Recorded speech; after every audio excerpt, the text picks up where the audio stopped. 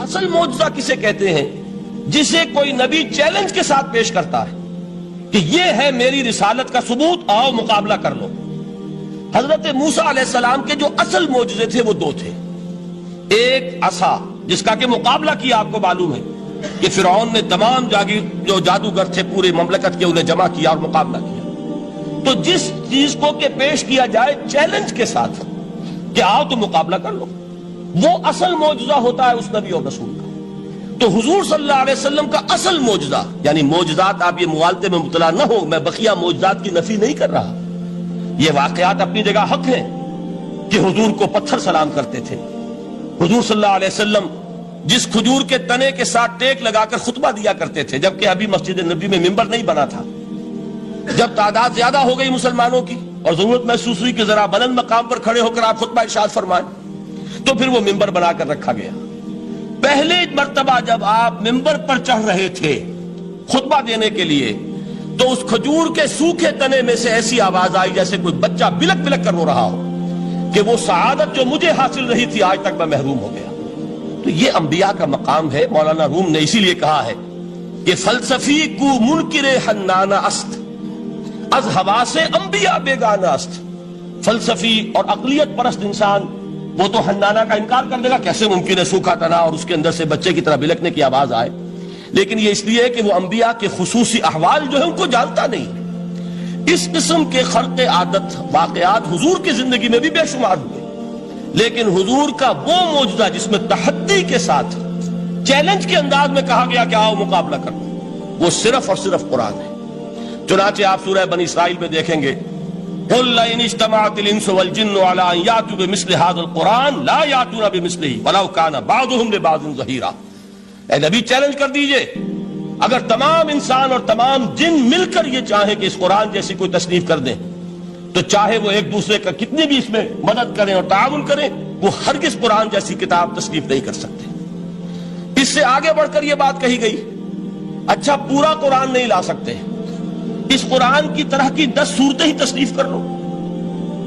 جب اس کا بھی جواب نہیں دیا گیا تو جسے کہتے ہیں برسبیل تنزل، اور پنجابی میں کہتا ہے کہ برے کو گھر تک پہنچانا، وہ برے کو گھر تک پہنچانے کے لیے فرمایا ایک صورت ہی بنا لاؤ۔ یہ سورہ ہود میں اور سورہ یونس میں یہ مضمون آیا، اور پھر سورہ بقرہ میں ہجرت کے بعد جو پہلی صورت نازل ہوئی اس میں پھر اس کو دہرا دیا گیا، وَإِن كُنتُمْ فِي رَيْبٍ مِّمَّا نَزَّلْنَا عَلَىٰ عَبْدِنَا فَأْتُوا بِسُورَةٍ مِّن مِّثْلِهِ وَادْعُوا شُهَدَاءَكُم مِّن دُونِ اللَّهِ إِن كُنتُمْ صَادِقِينَ۔ کہ اگر تمہیں کوئی شک ہے اس کتاب کے بارے میں جو ہم نے نازل فرمائی ہے، شک کیا ہوگا؟ شک اسی بات میں ہوگا کہ شاید یہ محمد کا اپنا کلام ہے صلی اللہ علیہ وسلم، یا کوئی اور انسان ہے جو انہیں سکھا پڑھا رہا ہے۔ اگر تمہیں اس نوعیت کا کوئی شک ہے تو اس جیسی ایک صورت بنا لاؤ، فَأْتُوا بِسُورَةٍ مِّن مِّثْلِهِ۔ اور نوٹ کیجئے گا سورۃ العصر بھی صورت ہے، سورۃ الکوثر بھی صورت ہے، 3 آیات بھی اگر ایسی تم تصنیف کر کے لے آؤ تب تو تمہیں کچھ شک کرنے کا حق حاصل ہوگا، اور اگر نہیں کر سکتے تو جان لو فَإِن لَمْ تَفْعَلُوا وَلَن تَفْعَلُوا۔ پھر اگر تم ایسا نہ کر سکو اور ہرگز نہیں کر سکو گے، ذرا چیلنج کا انداز دیکھیے کہ ہرگز نہیں کر سکو گے، فَاتَّقُوا النَّارَ الَّتِي وَقُودُهَا النَّاسُ وَالْحِجَارَةُ، ڈرو اس آگ سے جس کا ایندھن بنیں گے انسان اور پتھر۔ اب اس بات کو سمجھیے کہ تاریخی حقیقت ہے یہ، جس کا کوئی کافر انکار نہیں کر سکتا، کہ وہ کوئی شخص اس چیلنج کو قبول کرنے کی جرات نہیں کر سکا۔ اگر جھوٹ موٹ کو بھی کوئی کھڑا ہو جاتا اور کہتا کہ ٹھیک ہے میں نے یہ ایک صورت بنائی ہے اور میرا دعویٰ یہ ہے کہ یہ قرآن جیسی ہے، تو ایک کنٹروورسی تو پیدا ہو جاتی نا۔ کچھ لوگ چاہے کہتے کہ نہیں یہ قرآن کے سطح کی نہیں ہے، لیکن یہ کہ اس کا دعویٰ تو ہو جاتا۔ لیکن تاریخ یہ بتا رہی ہے کہ سرے سے کسی شخص نے اس کی جرات نہیں کی، اس درجے وہ قرآن سے مرعوب ہوئے۔ تو حضور کا سب سے بڑا معجزہ جو آج تک زندہ ہے، اس کو ذہن میں رکھیے، میں نے جو حضرت موسیٰ حضرت عیسیٰ کے معجزات گنوائے ہیں وہ در حقیقت ان کی اپنی ذات کے ساتھ تھے۔ ید بیضا موسیٰ کے ساتھ تھا، عصا معجزہ اس وقت تھا جب موسیٰ کے ہاتھ میں تھا، اس کے بعد کئی 100 برس تک وہ صندوق سکینہ جو ہے، تابوت سکینہ، اس میں وہ عصا رکھا رہا، لیکن اب وہ معجزہ نہیں تھا، وہ سوکھی لکڑی تھی، اس کے سوا کچھ نہیں۔ تو تمام انبیاء اور رسول کے معجزے ختم ہو گئے، وہ ان کی ذات کے ساتھ تھے۔ محمد الرسول اللہ کی رسالت دائمی ہے تا قیام قیامت، لہذا معجزہ بھی آپ کا دائمی ہے، وہ معجزہ آج بھی موجود ہے۔ البتہ میں ادھر ضرور توجہ دلاؤں گا کہ قرآن مجید کے اعجاز کے 3 پہلو ہیں۔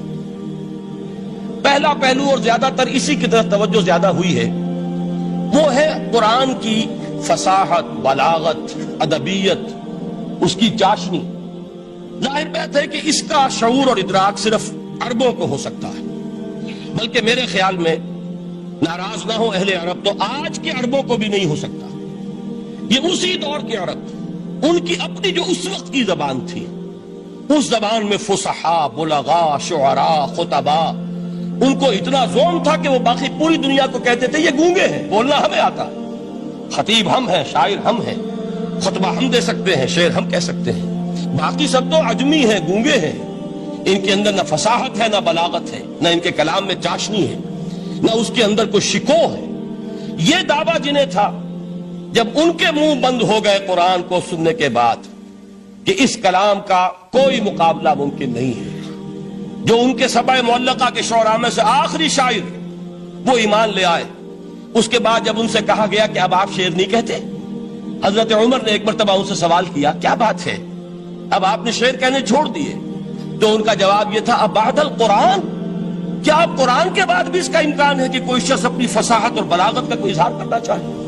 یہ تو فصاحت اور بلاغت کی ایک معراج ہے کہ جس تک کہ اب کسی انسان کی رسائی ممکن نہیں۔ تو فصاحت اور بلاغت جو ہے قرآن کے، اور اس کی ادبیت، در حقیقت اس کا ادراک تو ہو سکتا ہے صرف اہل زبان کو۔ ہم لوگ جو ترجموں سے پڑھتے ہیں، چاہے کتنی ہی گرامر پڑھ لیں، کتنی صرف و نحو پڑھ لیں، واقعہ یہ ہے کہ وہ جو ایک ہوتا ہے نفس پر جب انگلی آتی ہے تو جو ایک آپ کو فیل ہوتی ہے، وہ فیل ہم جو عجمی لوگ ہیں جن کی مادری زبان عربی نہیں ہے، وہ قرآن مجید کی فصاحت اور بلاغت کو اس طور سے نہیں سمجھ سکتے جیسے کہ اہل زبان سمجھ سکتے ہیں، اور خاص طور پر جیسے کہ اس زمانے کے اہل زبان نے سمجھا۔ آج چونکہ عربی زبان ویسے تو جو اس کی فصیح لینگویج ہے وہ جو کی تو اپنی اصل پر قائم ہے، اور وہ اسی قرآن کے طفیل اور قرآن کے صدقے قائم ہے، ورنہ دنیا میں کوئی دوسری زبان نہیں ہے کہ جو 1500 برس تک اتنی پیور رہ جائے، اس میں تبدیلی آتی ہے۔ خود اردو جو ہے 300 برس کی اردو، دکن کی اردو، ذرا اس کو کبھی پڑھیے تو آپ حیران ہوں گے کہ یہ اردو زبان ہے اور آج کی اردو کوئی اور ہے۔ یہ صرف 200-250 برس کے اندر یہ انقلاب اردو میں ہو چکا ہے۔ عربی زبان 1500 برس سے وہ قائم ہے اپنے اسی جگہ پر، اور وہ صرف قرآن کا اعجاز اور قرآن کا صدقہ ہے، لیکن باقی جو اصل میں بولی جانے والی زبانیں ہیں وہ بہت بدل چکی ہیں۔ لہذا تمام اہل عرب کے لیے بھی اب قرآن کے اس پہلو کو صحیح طور پر سمجھنا ممکن نہیں۔ قرآن کی جو اعجاز کے 2 پہلو ہیں، وہ ہے در حقیقت جو میری اور آپ کی توجہ کے خاص طور پر در حقیقت حقدار ہیں، اور ہمیں ان کی طرف توجہ کرنی چاہیے۔ بدقسمتی سے اس کی طرف عام طور پر علماء نے توجہ نہیں کی، اس کی صرف ادبیت ہی کا چرچا ہوتا ہے۔ اصل میں قرآن مجید علم انسانی کی معراج، فکر، فلسفہ، حکمت، قرآن کی ابدی حکمت، قرآن کا ابدی فلسفہ، قرآن انسانی مسائل کا جو حل دیتا ہے، قرآن نے سوشل سائنسز میں جس طریقے سے رہنمائی کی ہے، یہ 2 پہلو ہیں اس کے اعجاز کے، جس کی کہ آج ہمیں ضرورت ہے کہ ہم اس کا شعور اور ادراک حاصل کریں۔ اس کے ضمن میں خاص طور پر علامہ اقبال کا نام لینا چاہتا ہوں۔ میرے نزدیک اس دور میں قرآن مجید کے اس اعجاز اور اس کے ایک معجزہ ہونے کے لیے سب سے بڑی دلیل علامہ اقبال کی شخصیت ہے۔ وجہ کیا ہے کہ علامہ اقبال علماء کے طبقے میں سے نہیں تھے۔ ظاہر بات ہے کہ جن کا پورا جو ہے، جن کی زندگی گزرتی ہو قال اللہ قال الرسول میں، ان کے دلوں میں عظمت قرآن کی، ان کے دلوں میں حضور کی محبت، یہ تو سمجھیے کہ ہونی ہی چاہیے، ان کے شب و روز اسی میں گزرتے ہیں۔ لیکن یہ کہ ایک ایسا شخص جس کی تعلیم ہے کالجوں کی، یونیورسٹیوں کی، جس نے مشرق اور مغرب کے فلسفے کھنگال ڈالے، وہ شخص، اور وہ بھی اس دور میں جبکہ ہم پر مغرب سے مروبیت بہت شدید تھی۔ آج تو وہ مروبیت بہت کم ہو چکی ہے۔ آج تو ہمارا عام نوجوان جو ہے وہ آنکھوں میں آنکھیں ڈال کر بات کرتا ہے، اس میں خود اعتمادی ہے۔ ہمارا بھی اپنا ایک معاشی نظام ہے، ہمارا اپنا ایک سیاسی نظام ہے، ہمارا ایک اپنا سماجی نظام ہے، ہماری اپنی سوشل ویلیوز ہیں۔ آج کا نوجوان الحمدللہ احیاء اسلام کی وہ جد و جہد جو ہے وہ مرحلہ در مرحلہ بہرحال آگے بڑھ رہی ہے، وقت لگے گا، لیکن یہ کہ اس میں یقیناً ترقی ہوئی ہے۔ اسی کا مظہر یہ ہے کہ خود اعتمادی ہے، we have confidence۔ ہم جانتے ہیں کہ اسلام ایک دین ہے، مکمل دین ہے، اس کے پاس زندگی کے تمام مسائل کا حل ہے۔ لیکن یہ ہے آج 1985 کی بات۔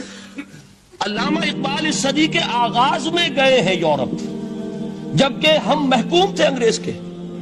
ایک حاکم قوم کے ہاں جا کر، اس سے مروبیت کتنی شدید اس وقت تھی، جو جاتا تھا اکثر و بیشتر جو ہے واپس آتا تھا تو کھڑے ہو کر پیشاب کرنا ضروری سمجھتا تھا، اس لیے کہ اس نے وہاں پر لوگوں کو یہی کرتے دیکھا۔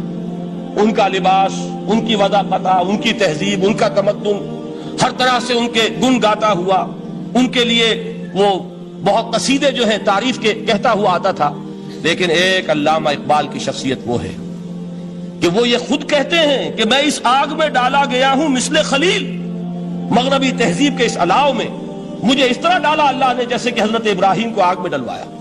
میں اس تہذیب کے اس الاؤ کے اندر سے ہو کر آ رہا ہوں، اور میں نے یہ دیکھ لیا ہے کہ یہ تہذیب کھوکھلی ہے، اس کے اندر کوئی پائیداری نہیں ہے، نظر کو خیرہ کرتی ہے تب چمک تہذیب حاضر کی، یہ سنائی مگر جھوٹے نگوں کی ریزہ کاری ہے۔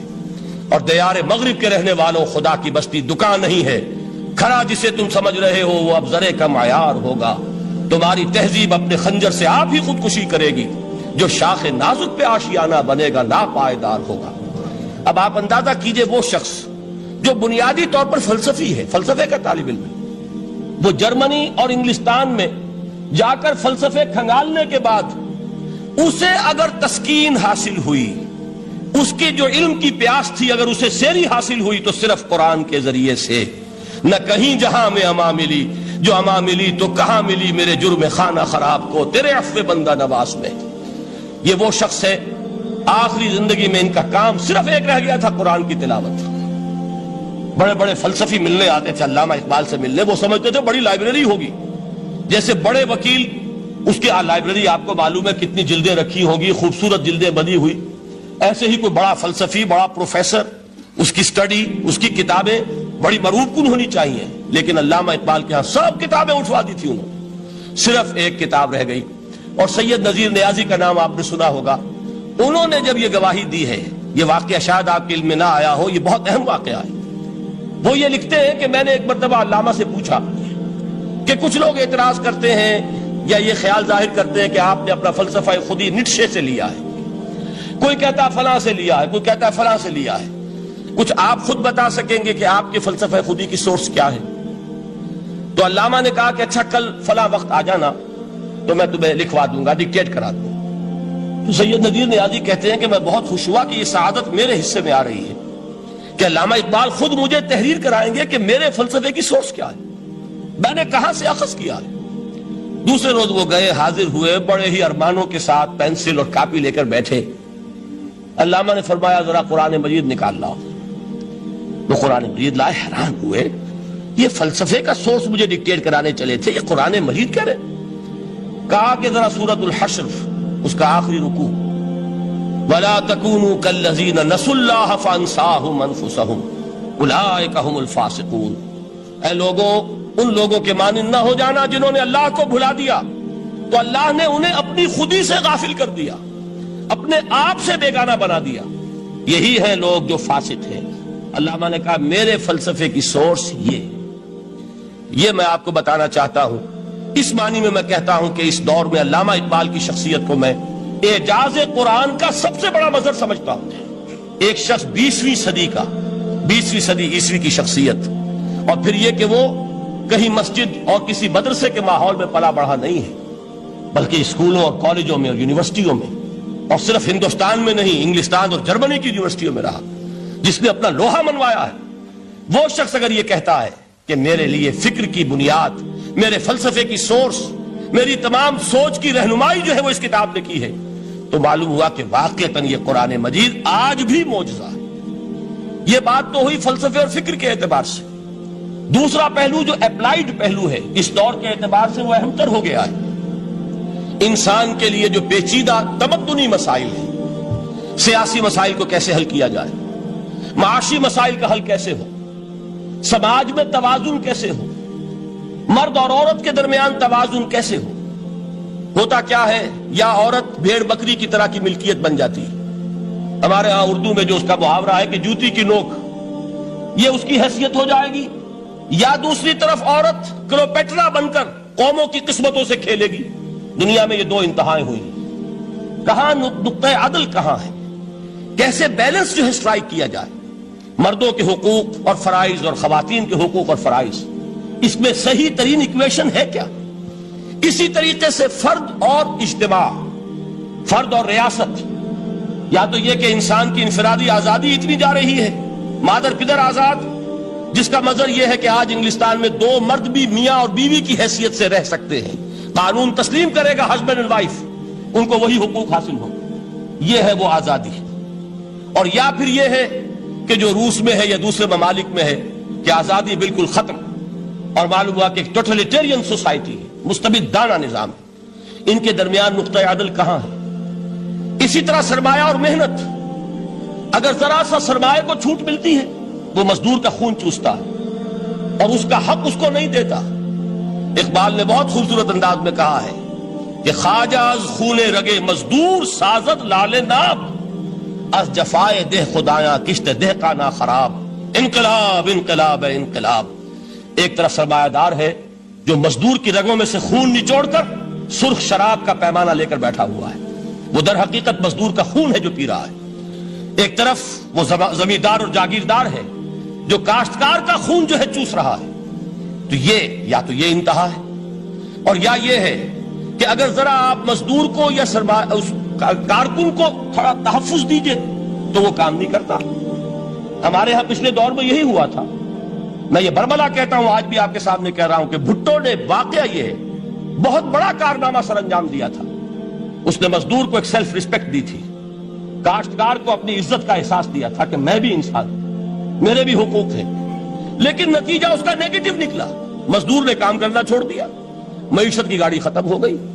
وہ چیز کہ جو متوازن ہو، جس میں مزدور کو اس کا حق مل رہا ہو اور پسینہ خشک ہونے سے پہلے اس کی جائز مزدوری اس کو مل گئی ہو، جس میں کہ انسان کسی سرمایہ دار کی رعیت بن کر نہ رہ جائے. دوسری طرف یہ کہ سرمایہ کے لیے بھی جو اس کا صحیح ہے کہ اس کو انسینٹیو ملے، وہ میدان میں آئے، اس کے اندر رسک لینے کے جو ہے وہ صلاحیت پیدا ہو. ان دونوں چیزوں کو کیسے متوازن کیا جائے؟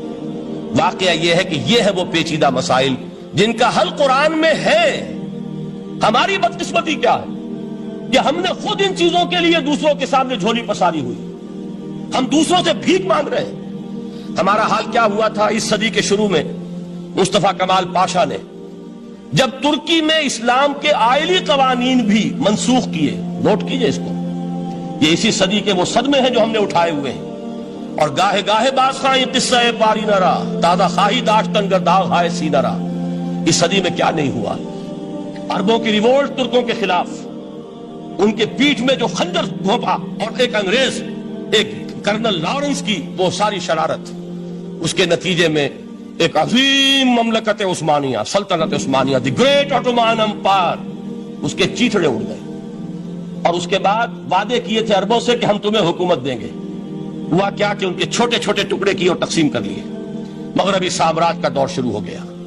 اس کا ایک رد عمل مصطفیٰ کمال پر اس درجے شدید ہوا، اس نے ہر چیز جس کا تعلق عربوں سے تھا اس کو ختم کر دیا، ملک بدل کر دیا. عربی میں اذان نہیں ہوگی، عربی میں نماز نہیں پڑھی جائے گی.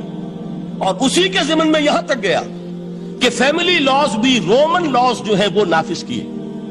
تو یورپ کے اخبارات نے اس وقت یہ طنز کیا تھا مسلمانوں پر، یہ مسلمان عجیب قوم ہے، کہتے یہ ہے کہ ہمارے پاس دنیا کا بہترین ضابطہ ہے، بہترین قانون ہے، ہمارے قانون سے بہتر کسی کا قانون نہیں. اور حال یہ ہے کہ فیملی لاز کے لیے بھی یہ ہم سے بھیک مانگ رہے ہیں، ہم سے وہ قوانین لے کر اپنے ہاں نافذ کر رہے ہیں.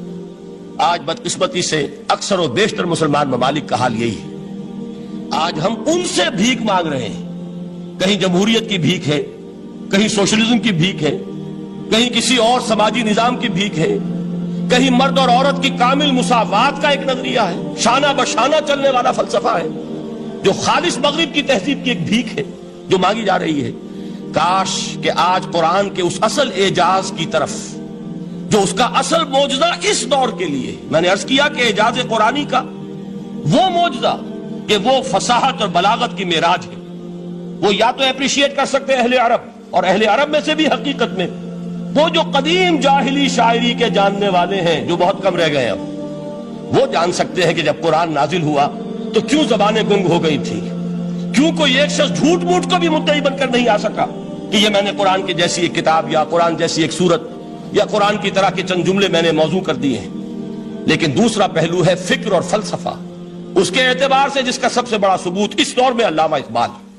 اور تیسرا پہلو ہے Islamic social sciences, political science, economics, sociology.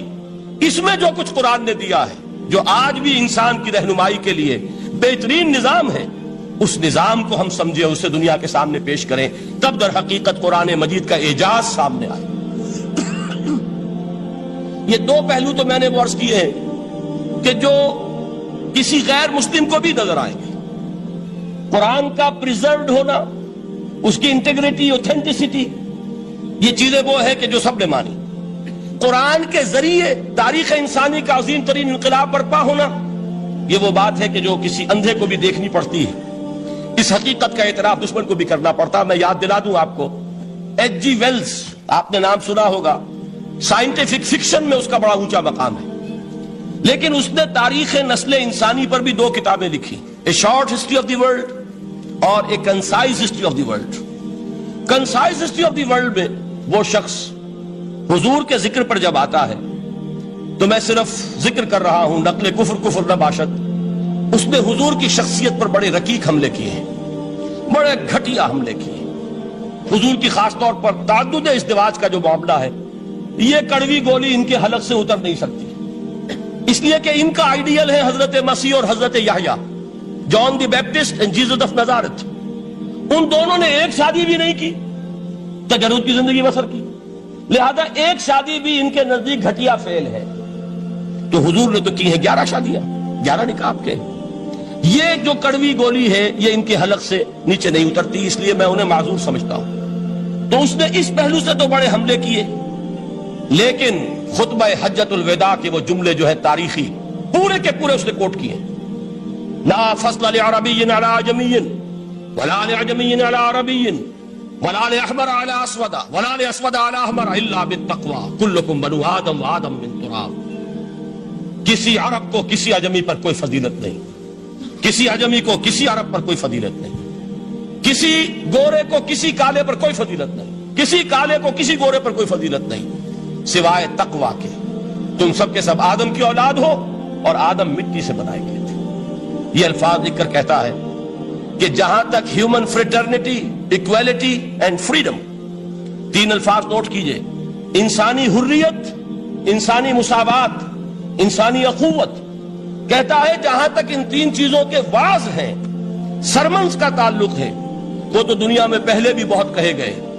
عیسائی ہونے کے باوجود خاص طور پر نام لیتا ہے جیسس آف نازارت. سرمنز تو حضرت مسیح کے ہاں بھی بہت مل جائیں گے کہ تمام انسان برابر ہیں، سب کو بھائی بھائی ہونا چاہیے، سب انسان آزاد ہیں، تمیز بندہ و آقا فساد آدمیت ہے.